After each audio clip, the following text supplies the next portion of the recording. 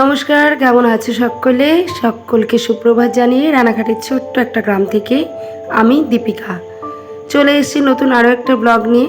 তো আমার নতুন আরও একটি ব্লগে তোমাদের অনেক ভালোবাসা এবং অনেক ওয়েলকাম জানিয়ে আজকে সকাল সকাল ব্লগটি আমি এখান থেকেই শুরু করলাম।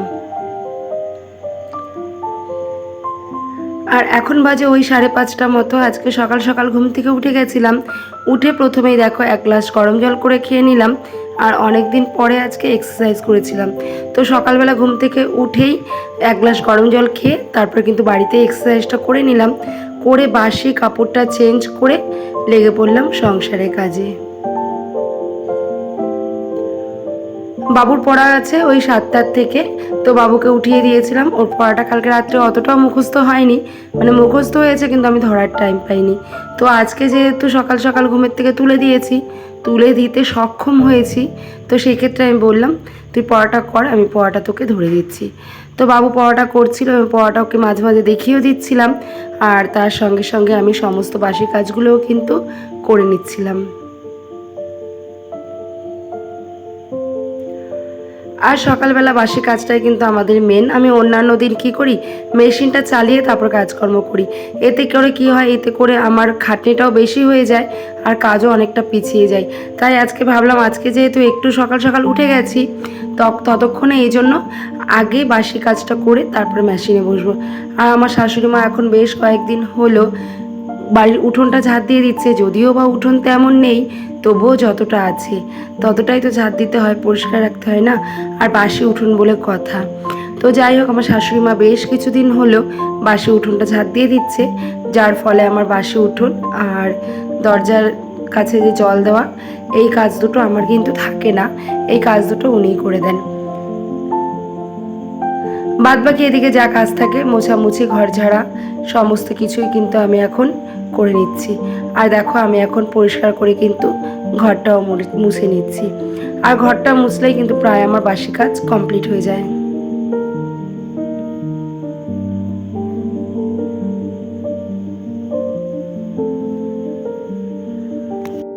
আসলে সকালের বাসি কাজটা হচ্ছে আমাদের নিত্যদিনের নিয়মিত কাজের মধ্যে পড়ে এবং এটা হচ্ছে একটা অভ্যাস। আর এই অভ্যাসে কিন্তু সংসারের লক্ষ্মীশ্রী বজায় থাকে। আর একটা গৃহিণী পারে কিন্তু সংসারের লক্ষ্মীশ্রীটা ঠিকঠাক করে বজায় রাখতে। তো এরই ফাঁকে তোমার দাদাভাইকে 1 কাপ চা করে দিয়ে দিলাম। আর আমি না জামা কাপড়টা ছেড়ে ওই বাসি কাজ করতে করতে মাঝখানে এরই মাঝে আর কি একটু কাঠ দিয়ে ভাতটা বসিয়ে দিয়েছিলাম। কারণ হচ্ছে অন্বেষার 8টার থেকে পড়া আছে, এই জন্য ভাতের মধ্যে ডিম সেদ্ধ আর আলু সেদ্ধ দিয়ে দিয়েছিলাম। দিয়ে কিন্তু ভাতটা করে নিয়েছিলাম। আর মোটামুটি কাজ করতে করতে আমার ওইদিকে কিন্তু ভাতটাও হয়ে গেছে। আর এই যে নতুন সিঁড়িটা করা হয়েছিল, এটাও কিন্তু রোজই মুছতে হচ্ছে, কারণ এটা যদি না মুছি তাহলে কিন্তু ঠিকঠাক করে তেল হবে না। সিঁড়িটা মুছে মোটামুটি একদম বাসি কাজ কমপ্লিট হয়ে গেল। চলে আসলাম ছাদে, একদম ছাদে চলে আসলাম সোজা। এসেই দেখো গাছগুলোতে প্রথমে জল দিয়ে নিচ্ছি। চলো গাছগুলোতে জল দিয়ে নিই।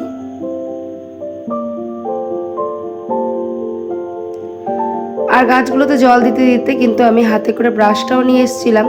আর দাঁড়িয়ে দাঁড়িয়ে কিন্তু ব্রাশটাও করে নিচ্ছি, কারণ একটা পিছু টান আমার একদমই মানে কমে গেছে চাপটা। সেটা হচ্ছে মেয়ের ভাত রান্না করা এবং মেয়েকে খাইয়ে দেওয়া। তো আজকে ভাতটা রান্না করেছি, বলেছি ভাতটা তুই একা একাই খাবি, আজকে আমি তোকে খাইয়ে দেবো না। তো অনেক কেটে একদম 1 চিমটি ভাত, আমি বলছি তুই অল্পই খাবি তাও ভালো, কিন্তু তোকেই খেতে হবে। তো ও খেয়ে চলে গেল পড়তে। শাশুড়ি মাকে দিয়েছিলাম ওই যে কচুর লতি এনেছিলাম না, ওই কচুর লতিটা কাটতে দিয়েছিলাম। তো উনি বসে বসে কচুর লতিটা কাটছে, আর এদিকে আমি চলে এসেছি রান্নাঘরে আবারও রান্না করতে। তার কারণ বাবু পড়তে গেছে সকালে, পড়ার থেকে আসলেই কিন্তু ওকে খাইয়ে দিতে হবে এবং খেয়ে দিয়ে ও চলে যাবে স্কুলে। তো তোমার দাদাভাই বাজার থেকে এনেছিল, বাজার থেকে বলতে আমাদের বাড়ির উপরের থেকে মাছটা বেশি রাখা হয়, বাজারে খুব কমই যাওয়া হয়। তো হয়তো বাড়িতে লোকজন আসলে তখনই বাজারে যাওয়া হয়, তাছাড়া নিজেদের খাওয়ার মতো মাছ কিন্তু বাড়ির উপর থেকেই রাখা হয়। তো আজকে রেখেছিল ঢেলা মাছ। তোমরা এই মাছগুলোকে কে কী নামে ডাকো আমাকে একটু কমেন্ট করে বলো প্লিজ।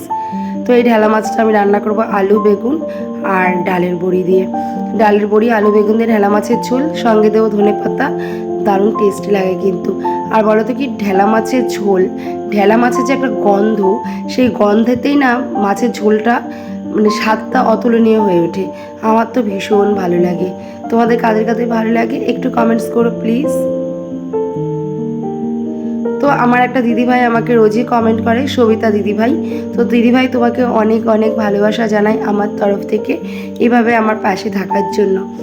আর নমিতা দিদিভাই, আমি নমিতা বলে একজন, নমিতা দিদিভাইও আমাকে মাঝে মধ্যে কমেন্ট করেন। তো নমিতা দিদিভাই তোমাকেও আমার অন্তর থেকে অনেক অনেক অনেক ভালোবাসা। তাছাড়া আর জয়শ্রী দিদি তোমাকেও অনেক ভালোবাসা। তাছাড়া আগে অনেকেই কমেন্ট করতো, এখন হয়তো অনেকেই আমাকে ভুলে গেছে। যাই হোক, তোমরা আবার সবাই আমাকে মনে করো, ভালোবাসা দিও, তাতেই হবে। গল্পে গল্পে মাছের ঝোলটা আমার কমপ্লিট হয়ে গেছে। আর বাবু বায়না করছে ম্যাগি করে দাও, টিফিন স্কুলে নিয়ে যাবে। এই জন্য 2 প্যাকেট ম্যাগি এনেছে। ওকে ভাত দিয়ে দিচ্ছি, ও ভাতটা খাচ্ছে আর কি, ভাতটা দিয়ে দিয়েছি, খাচ্ছে, আর আমি এদিকে ম্যাগিটা বানিয়ে দিচ্ছি। অনেকটা দেরিও হয়ে গেছে স্কুলে, আর সবাই নাকি চলেও গেছে। তো যাই হোক, আমি বললাম তুই ধীরে সুস্থে খেয়ে ধীরে সুস্থে যা। এদিকে আমার ম্যাগিটা রেডি হয়ে গেছে, টিফিন বক্সে ভরে দেবো। আর রান্নায় ছিল কচুরলতি আর করেছিলাম বেগুন ভাজা। এই কচুরলতিটা করেছি পেঁয়াজ, রসুন আর কাঁচা লঙ্কা বাটা দিয়ে, দারুণ টেস্টি লাগে। আমাদের তো ভীষণ প্রিয়, আমার শাশুড়ি মার তো ভীষণই প্রিয় কচুরলতি। তো এটা রান্না করলাম, আর বাবু দেখো চলে গেল স্কুলে। সবাইকার মোটামুটি খাওয়া দাওয়া কমপ্লিট।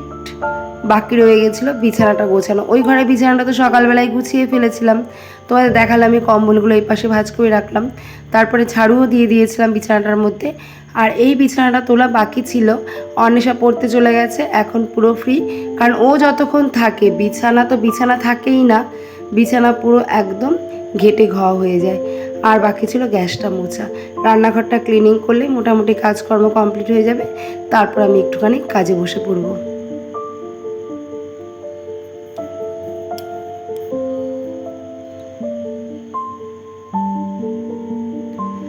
আমার রান্নাঘরটা বেশ সুন্দর করে ক্লিন করে নিলাম। আর রোজ রোজ বলো তো কি, এইসব কাজগুলো যদি রোজেরটা রোজ করা যায় না, তাহলে ডিপ ক্লিনিংয়ের সময় কোনো কষ্ট হয় না, আর না অতটা নোংরাও থাকে না, বেশ চকচকে ঝকঝকেই থাকে। আর বলো তো কি, ওই যে বললাম না, একটা বাড়ির বউই পারে সংসারে তার সংসারে লক্ষ্মীশ্রী বজায় রাখতে। তুমি রান্নাঘর বলো, নিজেদের ঘর বলো, যত পয় পরিষ্কার রাখবে ততই কিন্তু লক্ষ্মীর বাস হবে। আর যেখানে লক্ষ্মীর বাস, সেখানে কিন্তু অলক্ষ্মী সহজে প্রবেশ করতে পারে না। দুঃখ দারিদ্রতা কিছুই কিন্তু কাছে ঘেঁষতে পারে না। আসলে আমরা বাড়ির বউরাই পারি সমস্ত দুঃখ দারিদ্রতাকে দূর করতে সংসারে কিছু নিয়মের মাধ্যমে।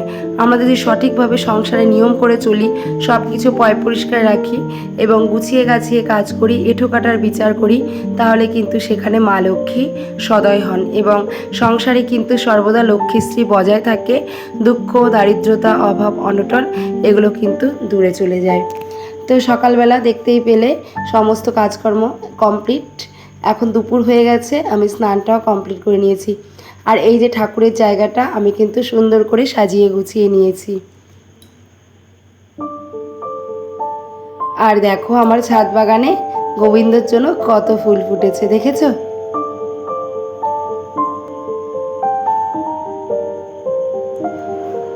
চলো সুন্দর করে ফুলগুলো তুলে নিই। আসলে বলো তো কি, আসলে ফুল কিন্তু সুন্দর, আর ফুল কিন্তু গাছে থাকার জন্য জন্মায় না, ফোটে না, তারা কিন্তু ভগবানের চরণে যাওয়ার জন্যই জন্মায়। আর অনেক দিন, আমার শ্বশুর মারা যাওয়ার পর 1 মাস কিন্তু আমরা পুজো দিতে পারিনি, আমাদের অসুখ ছিল।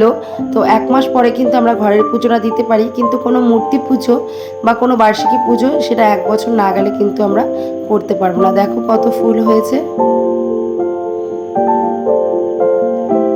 চলো আগে পুজোটা দিয়ে নিই, তারপর বকবক করা যাক। দেখো আমি সুন্দর করে কিন্তু আজকে মন ভরে পুজোটা দিচ্ছি।